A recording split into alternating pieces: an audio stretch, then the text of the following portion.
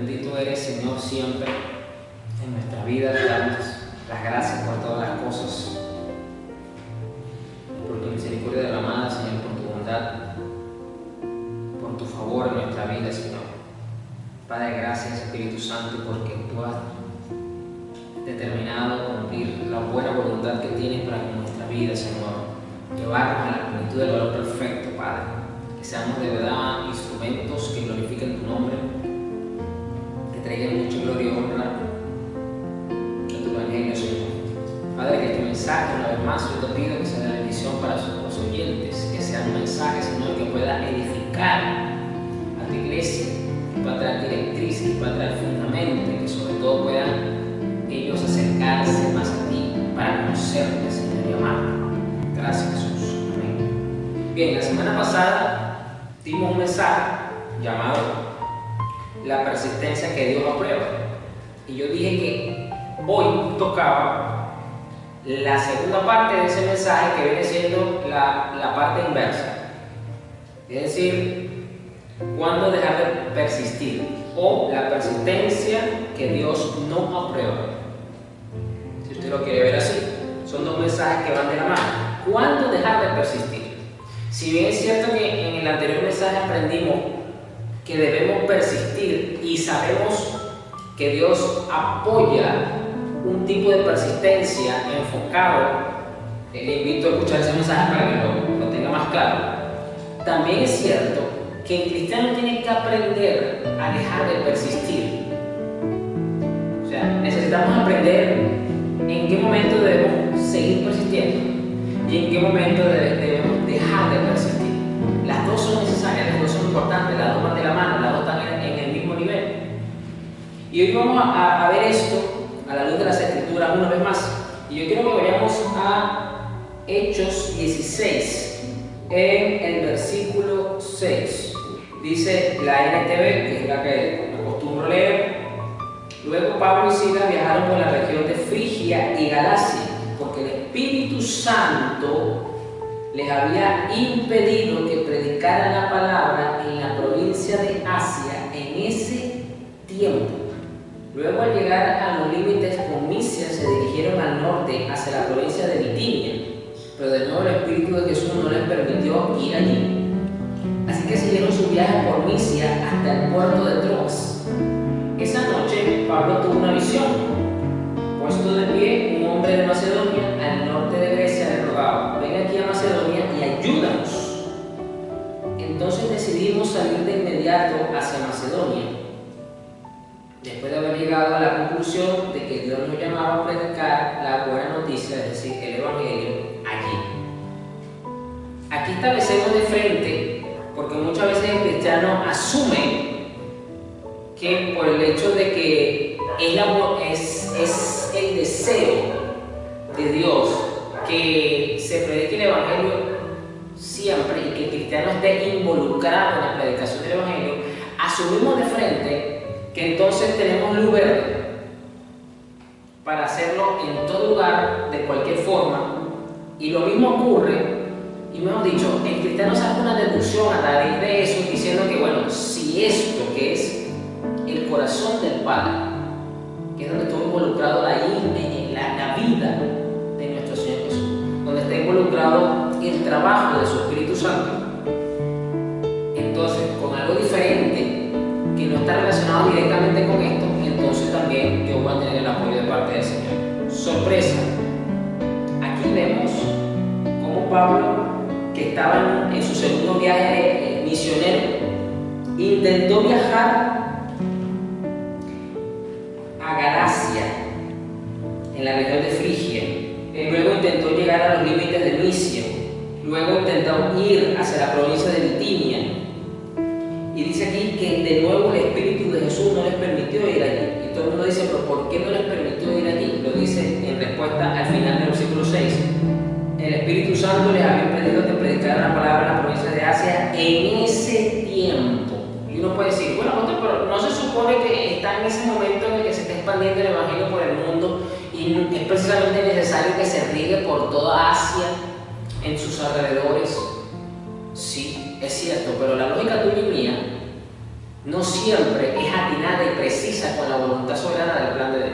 Esto nos enseña a nosotros que nosotros tenemos que aprender a persistir solamente bajo la dirección del Espíritu Santo. Dios quiere que tú seas persistente, sí, pero Él quiere que esa persistencia esté alineada con la dirección que te va a dar el Espíritu de Dios. No puedes asumir, no puedes deducir por matemáticas, 2 más 2 son 4, que entonces yo lo voy a ir a predicar allá. Porque aquí vemos muy claramente que el mismísimo apóstol Pablo, en su segundo viaje misionero, intentó persistir en la predicación del Evangelio en ciertas zonas y el Espíritu de Dios se lo impidió. No lo captó, no lo discernió a la primera. Le tuvo que volver a pasar y se dio cuenta que Dios, insistir, persistir en ese sentido, en ese momento, en ese lugar, no era la directriz del Espíritu Santo. No quiere decir que más adelante no se haya llevado el Evangelio a esa zona. Dice que en ese tiempo, ojo con eso. ¿Y qué pasa? Que Pablo tuvo una visión una noche en donde veía a un hombre diciendo al norte de Grecia que le rogaba: ayúdanos. Entonces Pablo vio que esto venía. Ahí estaba la voluntad del Señor, ahí estaba la directriz de su Espíritu Santo. Y dice que salieron de inmediato hacia Macedonia después de haber llegado a la conclusión de que Dios nos llamaba a predicar el Evangelio en esa zona. Fíjense lo preciso que es el apóstol Pablo. El apóstol Pablo, si bien es cierto, quiso arropar, quiso abrazar, quiso lanzar la red en los lugares en los que le fue posible, pero él entendió y aprendió que hasta en eso tenía que persistir según la dirección que el Espíritu Santo le estaba marcando. Parece una lección muy fácil y muy sencilla, pero cuando lo vemos detenidamente nos damos cuenta que si esto le pasó al apóstol Pablo, predicando el Evangelio en su segundo viaje misionero, en la que se supone que se está regando por el mundo, ¿cuánto más nosotros en áreas de nuestra vida, en sectores de nuestra vida, tenemos que buscar la dirección del Señor para persistir, para no desgastarnos, para no perder tiempo, para no mal usar los dones y talentos que Dios nos dio, para no desenfocarnos y enfocarnos, valga la redundancia, solamente donde el Señor quiere que nos enfoquemos? El Señor no quería que Él siguiera pensando, porque seguramente ya estaba, bueno, pero ¿qué pasa? ¿Por qué no podemos ir a predicar en este lugar? Y tuvo Dios que permitir una misión para que Pablo entendiese cuál era la dirección donde tenía que persistir en su objetivo. Si tú quieres ser efectivo haciendo la voluntad de Dios, tienes que aprender a canalizar tu persistencia. Si tú persistes en donde no está la dirección de Dios, eres un terco y eres un obstinado y te vas a meter en problemas con Dios. Te vas a meter en problemas con Dios. Yo estoy seguro que si Pablo hubiese insistido, aquí la historia hubiese sido otra. Pero él, luego de recibir esta visión, entendió que el propósito de la dirección del Padre para su vida en ese momento no estaba en esa zona. Por eso dice ahí, en ese tiempo. No era el momento. Usted puede decir, bueno, pastor, pero entonces si yo no quería que se le predicara esta gente, le repito, el texto dice en ese tiempo. No quiere decir que el Evangelio no llegó a esa zona, no quiere decir que no hubo misioneros, que no hubo iglesia y que hasta el día de hoy quizás existen todavía predicadores itinerantes en ese lugar. Pero Dios tiene un orden en su plan perfecto. Dios es el que está dirigiendo como el GPS en nuestra vida. No se trata de que tú te montes en el carro y te pongas a manejar y te pongas a meterte por todas las calles, por todas las avenidas, nada más porque tú tienes la capacidad de hacerlo. No, se trata de que tú coloques tu GPS, que tú coloques tu Google Maps, que tú coloques tu Waze o cualquier aplicativo que tú quieras usar y te dejes dirigir por ese objetivo. Sepas a dónde estás y a dónde tienes que ir. Así es la dirección del Espíritu Santo. Eso es lo que el Señor quiere. Entonces, Pablo, cuando Dios cierra una puerta, o cuando Dios permite que una puerta se cierre, tenemos que reflexionar, tenemos que esperar, discernir. Es un llamado de atención para que nos concentremos en la directriz que nos quiere dar el Espíritu Santo, para que nuestra persistencia esté enfocada hacia allá. No seguir insistiendo cuando una puerta se cierra, cuando la puerta está cerrada, cuando evidentemente es Dios el que la está cerrando. Por algo Dios la está cerrando. Entonces, definitivamente que entonces tenemos que continuar, no tenemos que seguir perdiendo el tiempo con una una puerta que Dios no quiere abrirla todavía, a lo mejor en ese momento. Entonces, persistir no significa ignorar la dirección de Dios, sino precisamente fortalecer nuestra fe, cambiando el rumbo que el Espíritu Santo nos está indicando. Eso es persistir. La persistencia es fundamental en nuestra vida, por supuesto, pero como ya lo acabo de decir, no se trata de persistir en donde me parece, en donde mi lógica cristiana evangélica me lo indica. No, es según lo que el Espíritu Santo indica. Vamos a seguir mirando. Vamos al libro de Números, número 22. En el contexto, pues ya el pueblo de Israel salió de Egipto, está atravesando el desierto y está pasando por la tierra de Moab.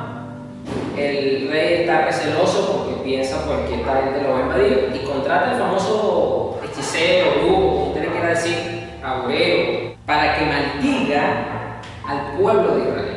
¿Cuándo no debemos dejar? ¿Cuándo debemos dejar de persistir?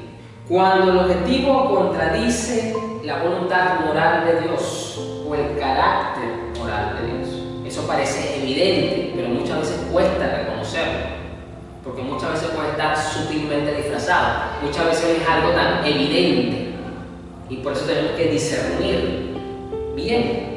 En el capítulo 22, en el versículo 12, Dios le habla a Balaam. Dice, Dios le dijo a Balaam: no vayas con ellos, ni maldigas a este pueblo, porque es bendito. A él no se le dio una sugerencia, a él Dios no le dio a escoger, a él Dios le dio una orden, le dio un mandato directo, frontal y fácil de entender. No puede decir que no le entendió, porque fue claro. Lo vuelvo a leer: no vayas con ellos, número 1, ni maldigas a este pueblo. ¿Por qué? Porque es bendito. El problema es que estaba, porque Dios le tiene que decir esto, porque Balaam seguía intentando maldecir al pueblo de Israel. Él estaba persistiendo en algo que era contrario a la voluntad moral, al carácter de Dios en ese momento. ¿Por qué? Porque Dios no estaba determinado, no estaba su voluntad determinada a permitir una maldición sobre el pueblo de Israel. Todo lo contrario, pero Balaam quería insistir, quería persistir en eso. Así que él intentó seguir, entre comillas, negociando con Dios para ver si lo hacía cambiar de parecer, pero la orden de Dios fue frontal, fue directa. Entonces, persistir en algo que ya Dios declaró como incorrecto, que él no apoya, sino todo lo contrario, no es perseverancia, eso es rebelión elegante. Eres un rebelde, eres un terco. Tenemos que darnos cuenta qué opina Dios de un asunto. Muchas veces estamos más interesados en conocer la opinión del analista político, del analista financiero, del experto en modas, en deportes, para entender en contexto un tema de aquí, de la tierra, que nos interesa. No, porque lo dijo fulano, no, porque el especialista tal, el profesional tal, y tomamos en consideración la opinión de otros hermanos sobre algo. Pues el cristiano tiene que aprender a hacer eso mismo con Dios. ¿Qué opina Dios de esta situación? Aquí el problema de Balaam es que como su corazón estaba en el billete que le iban a dar, en la buena recompensa que le prometió el rey, porque no es que se lo estaba dando el jefe herrero del pueblo, no es que lo estaba buscando el panadero del pueblo, no, lo estaba buscando el rey. Él sabía que evidentemente el rey tenía para dar, para ofrecer, y le ofreció buena recompensa. Y muchas veces nosotros caemos en el mismo error y no buscamos la opinión de Dios sobre un asunto, no solo para tener un contexto más claro, sino para saber qué es lo que Él dice. Quedar delante de Él como rebeldes, como tercos, como obstinados, porque mire que eso es un serio problema. Es un serio problema estar o ser considerado de esa manera delante del Señor. Aquí, vamos a decirlo así, que por las malas, Balaam lo entendió. Y al final, pues poco le importó la opinión del rey, a pesar de que el rey se molestó con él. Vamos a ver que el rey te lo puede mandar a matar, pero no le importó eso.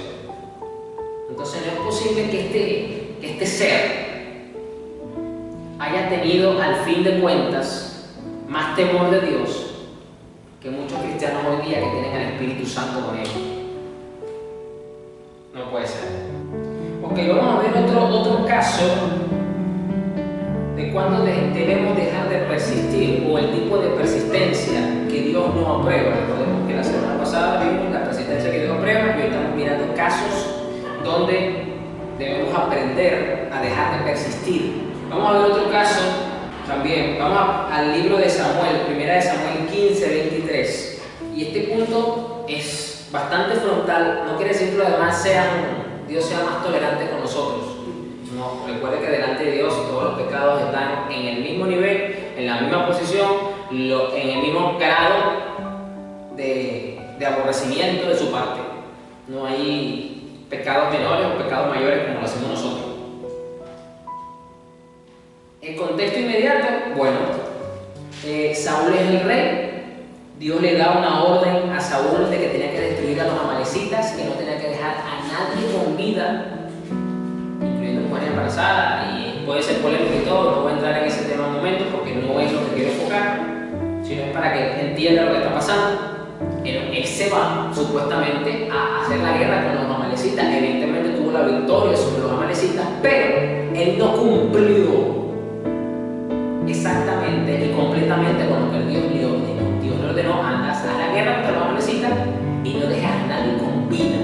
Yo te voy a dar la victoria. Aquí hay un problema doble, porque si bien es cierto que Dios nos ha dado criterio, si bien es cierto que Dios nos ha dado la capacidad de razonar, nosotros no podemos anteponer nuestro razonamiento ni nuestro criterio para pretender mejorar o cuestionar la orden que Dios dio. En el caso de Saúl, el orgullo fue tan grande que lo hizo persistir en la desobediencia y en el cuestionamiento. Porque no mató a todo el mundo, se trajo al rey preso, dejó mujeres vivas, dejó lo mejor del ganado, se lo trajo para él como botín de guerra. Cuestionó y obedeció según su cuestionamiento, no según Dios. Y eso muchas veces le pasa a los cristianos, muchas veces eso le pasa al ministro, muchas veces eso le pasa a muchas iglesias. Dios le da una orden, Dios le da una directriz, ellos obedecen a medias o obedecen según su propio criterio. Y así pretenden decir: es que ya yo cumplí con Dios y Dios entonces pues me tiene en agrado porque yo obedecí. Con Dios no podemos hacer eso. Cuando Dios nos habla, Dios pone directrices específicas, no solamente de forma, sino de fondo. No solamente de qué es lo que Él quiere que logremos, sino cómo quiere que lo logremos. Y más en situaciones como esta. Lo mismo pasa en nuestra vida. Muchas veces queremos que Dios nos dirija con lujos y detalles. Muchas veces los cristianos no se mueven, no solamente porque Dios no les haya hablado, porque quizás Dios te habló, pero entonces tú estás esperando que te diga cómo vas a obedecer. No solamente qué vas a obedecer, sino el cómo. Ya te dio el qué, ahora tú estás buscando el cómo. El detalle está que mientras más tú pides, más cuchillo para tu garganta. ¿Por qué? Porque más responsabilidad y más compromiso tú tienes que tener delante de Dios para cumplir con lo que Él te dio. Aquí te voy a poner un caso, te lo voy a comparar. Voy a comparar a Moisés con Saúl. ¿Por qué? Porque si usted lee el final del libro de Deuteronomio, usted se va a dar cuenta que dice que Moisés cumplió exactamente con todo lo que Dios le pidió que construyera para el tabernáculo. Todas las versiones, indistintamente de lo que usted quiera leer al español, te van a dar la idea de que él cumplió al detalle. No se le escapó ni una coma, ni un punto, ni una tilde, ni el más mínimo detalle sobre lo que Dios quería que se construyera. Pero vemos el caso de Saúl, donde no fue ese el caso, fue todo lo contrario. Y aquí lo vemos en el versículo 23. Es más, lo voy a leer desde el 20. Miren lo que dice. Bueno, desde el 19. Porque aquí viene el profeta y lo está confrontando. Dios le recuerda la orden. Dios te dijo que viniera y hiciera la guerra y lo destruyeras a todos para que todos estén muertos. Todos tenían que morir, todos, no tenían que quedarse ni uno vivo. Y dice el versículo 9, ¿por qué no obedeciste al Señor? ¿Por qué te apuraste a tomar del botín y hacer lo que es malo en los ojos del Señor? ¿Por qué no obedeciste? Y mire la respuesta de Saúl. Pero yo sí obedecí al Señor, insistió Saúl. Insistió Saúl, y este es el detalle, que él quería insistir en que sí había obedecido a Dios. Cumplí la misión que él me encargó. Traje al rey Agag, pero destruí todos los demás. Ya va, pero esa no fue la orden. Se lo están acabando de decir. Dios te dijo, anda y destruye a todos los amalecitas.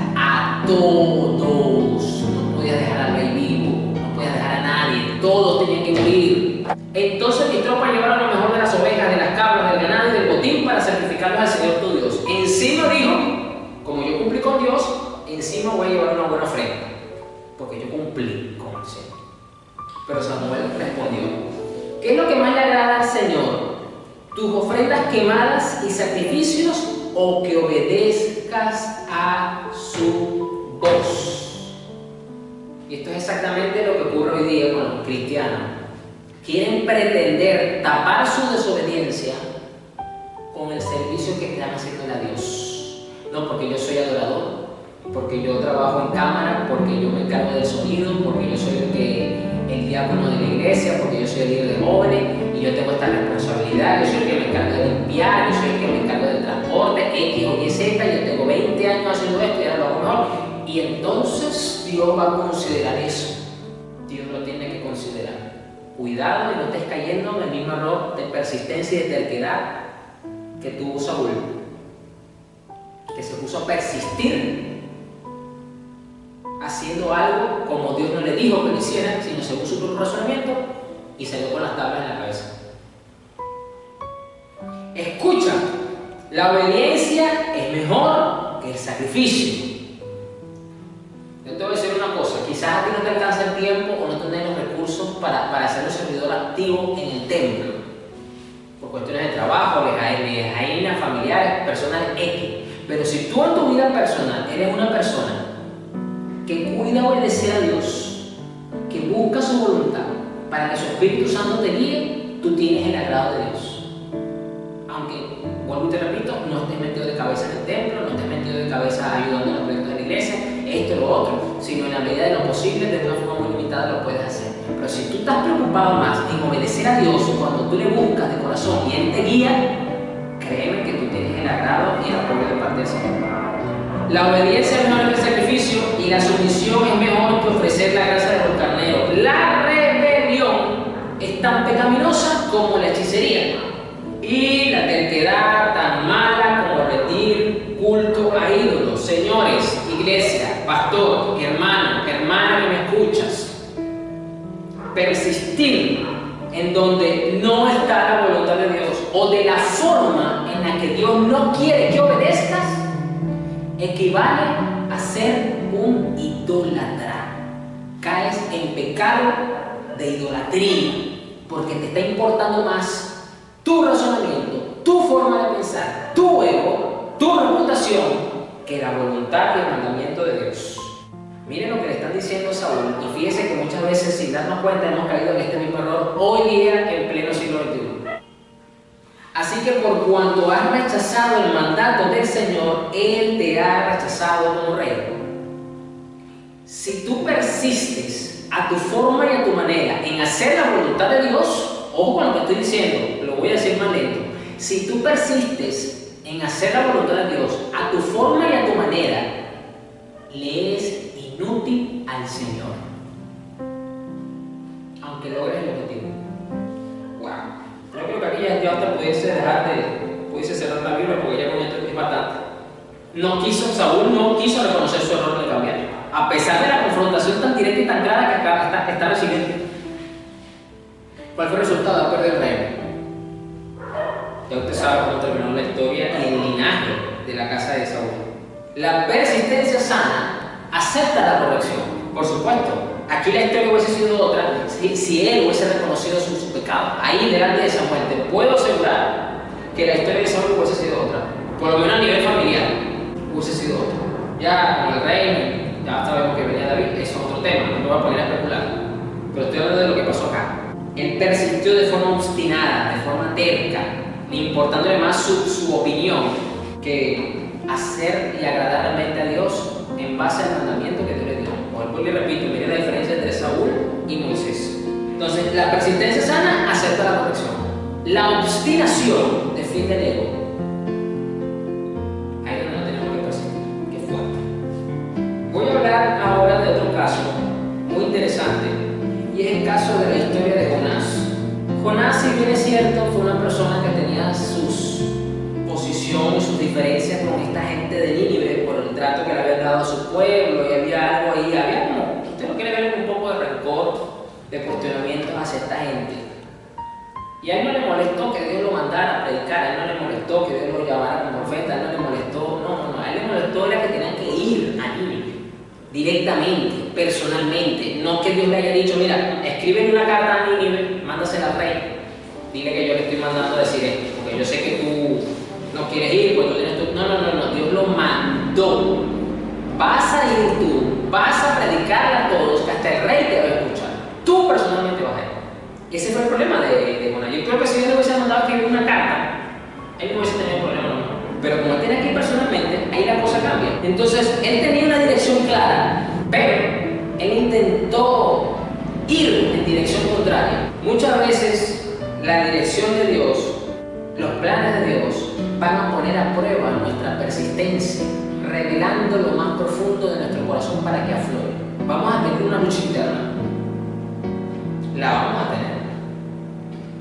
Pero eso Dios lo quiere y lo permite muchas veces, porque Dios se aprovecha de absolutamente todo para seguir nuestra formación y nuestra madurez espiritual. No solamente en los momentos difíciles, no solamente el día malo, sino también en los momentos buenos, los momentos cuando estamos sirviendo al Señor, cuando la cosa camina como nosotros queremos que vaya caminando, cuando se empiezan a dar ciertas cosas. Dios se aprovecha de todos los detalles. Y algo muy importante, que es lo que yo noto aquí con Jonás, que persistir no significa controlar el destino. Nosotros buscamos controlar el destino, nosotros buscamos conocer el destino, el futuro. Es algo que precisamente el mundo vende, algo con el que Satanás quiere seducir al ser humano, saber qué va a pasar. Pero persistir no significa conocer o controlar el destino. Significa caminar en la dirección que Dios va revelando. Ahí donde la persistencia hace que nuestra fe madure. Usted tiene que poner en práctica la fe. Sí, usted necesita entonces desarrollar la persistencia. Y usted va a aprender a desarrollar la persistencia y va a aprender también a donde no tiene que persistir, porque eso también ayuda a tu fe. Las dos son importantes. Vamos a ir ahora a Salmo 1. Dice acá, qué alegría para los que no siguen el consejo de malos. Qué alegría para los que no siguen el consejo de malos. Tenemos que aprender a escuchar. Usted tiene que aprender a discernir. ¿Para qué? Para no persistir en el consejo malo. Entiéndase ahora malo como todo aquello en lo que no está el corazón de Dios, no está involucrado su carácter, no está viéndose resaltado, su nombre no se está viendo honrado o glorificado. Yo creo que si usted tiene esas tres cosas claras, usted va a poder entonces entender que lo contrario a estas tres cosas es igual a malo. Porque a veces resumimos la palabra malo o maldad de una manera muy simplista. Bueno, no, porque es que yo no voy a salir a robar, pues obviamente yo no le voy a hacer caso al vecino de atrás, que yo sé que está andando a los pasos porque es delincuente. Yo no estoy hablando de ese tipo de maldad necesariamente. Eso es un tipo de maldad muy común, pero es muy simplista. Y aquí no se está refiriendo a eso. Es mucho más amplio. Entendamos bien qué es lo que quiere decirnos acá, Señor. Ni andan con pecadores, ni se juntan con burlones, sino que se deleitan en la ley del Señor. Cuando tú te deleitas en la ley del Señor, tú tienes un discernimiento espiritual para poder entender esto que yo acabo de decir. Porque, ¿qué es lo primero en donde tú y yo podemos ir, donde se nos revela quién es Dios? En la Biblia, en la palabra de Dios. Allí es el primer lugar donde a ti se te revela el carácter de Dios. Pero si tú simplemente vienes a la Biblia para cumplir con tu conciencia, con tu disciplina evangélica, y no te detienes un momento realmente a que estas palabras cobren vida en ti, y se te abran los ojos, tú no vas a ver a Dios, aunque tengas 30 años leyendo el mismo pasaje, tus ojos están velados, están cerrados, sino que se deleitan en la ley del Señor, meditando en ella día y noche. Son como árboles plantados a la orilla de un río que siempre dan fruto en su tiempo y sus hojas nunca se marchitan y prosperan en todo lo que hacen. Y prosperan en todo lo que hacen, es decir, persisten en donde tienen que persistir y por eso tienen fruto es decir, tienen cosecha, tienen prosperidad espiritual, prosperidad material, se nota.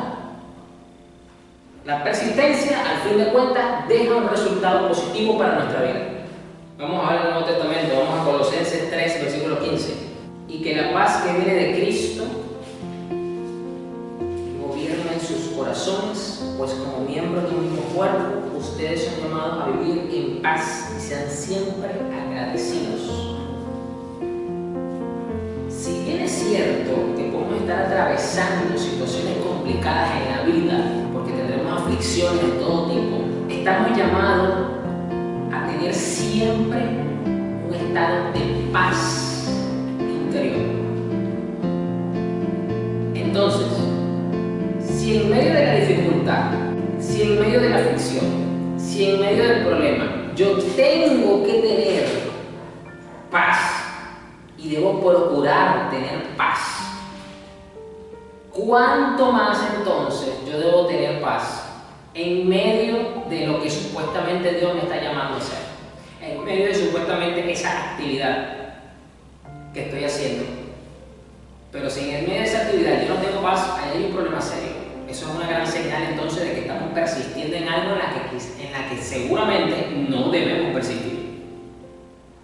Eso es algo de sentido común, porque aquí, este es el estado en el que siempre debemos mantenernos, siempre. Si algo que supuestamente parece bueno, según el criterio que debemos mantener bíblico, no me está trayendo paz o no me permite mantener la paz, ahí hay algo muy negativo que tenemos que dejar de persistir.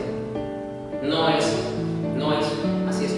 Vamos a Proverbios 11:14. Sin liderazgo sabio la nación se hunde y la seguridad está en tener muchos consejeros. Los consejos. Podemos escuchar consejos. Y a través de eso, pues Dios también nos advierte, nos da luz, nos da entendimiento. En el caso del apóstol Pablo, tuvo una visión, pero tú no tienes por qué esperar una visión. Quizás lo que tú necesitas para que se te alumbre tu entendimiento y tengas claridad es un consejo. Aquí voy a volver a poner el caso de Moisés. Moisés estaba teniendo que liderar un pueblo grande. Y eso lo estaba agotando tremendamente, lo estaba desgastando. Y recibió la visita de su suegro. El suegro vio la situación, cómo está el trabajo. Moisés, mira, wow, yo te voy a recomendar algo. Tú no puedes seguir llevando esta carga tú solo. No va a durar un año más. Yo te recomiendo que busques personas que te ayuden a llevar esta carga. Con ese simple consejo, él vio qué era la voluntad de Dios para su vida en ese momento y en qué tenía que seguir persistiendo.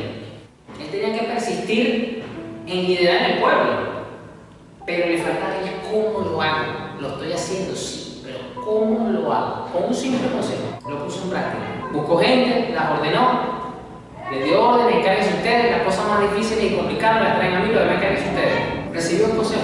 Debemos aprender a escuchar, de eso se trata. Así que voy a poner en contraste para que lo veamos más claro. Persistencia, obstinación. La persistencia busca la voluntad de Dios. La obstinación busca ganar y sobresalir. La persistencia acepta la corrección. La obstinación rechaza las advertencias y el consejo. La persistencia, entonces, ¿qué? Produce carácter, produce virtud. La obstinación, ¿qué? Produce ego, soberbia, orgullo, vanagloria. La persistencia puede cambiar de dirección. Lo vimos al principio con el apóstol Pablo en Hechos 16. La obstinación insiste aunque todo indique que va a ser trágico. No cambia. Entonces, en conclusión, ya para ir terminando, persistir en lo correcto forma nuestro carácter. Saber detenernos o cambiar de rumbo muestra sabiduría. Pero persistir sin discernimiento, ojo con eso, va a terminar en desastre. Y el discernimiento sin persistencia va a terminar en mediocridad. Así que la madurez espiritual requiere de ambas cosas. Bien, yo espero que con esto le haya quedado a usted claro en lo que sí tiene que persistir en lo que no tiene que persistir, para que entonces usted pueda aplicar esto en su vida diaria y usted va a notar la diferencia. Usted lo va a notar, usted tiene que empezar a notar la diferencia. Va a empezar a actuar con más madurez espiritual, con más discernimiento, con más sabiduría, y se va a enfocar más en la dirección del Espíritu Santo. Así que vamos a orar. Señor, gracias por tu bondad, gracias por tu misericordia, gracias por tu palabra, Padre. Bendito eres tú, Señor. Gracias, Padre, porque tú quieres que seamos más certeros, estemos más afinados con tu dirección a través de tu Espíritu Santo, para que persistamos, Señor, hacia donde tú nos diriges y no seamos más obstinados sobre aquellas áreas, sobre aquellas cosas, sobre aquellas actividades en las que no debemos ya seguir persistiendo, ya sea por un tema de fondo, ya sea por un tema de que no es el tiempo todavía. Pero acá lo más importante es persistir para ser respaldados por el cielo. Señor, bendices a tu pueblo, bendice así, Señor, a los que colaboran con tu obra, Padre. Bendíceles, glorifícate, Señor, en sus vidas, guárdalos de todo mal y peligro, Señor, y sigue, Señor, trayendo de bendición a nuestra vida, Señor, emanada de tu palabra.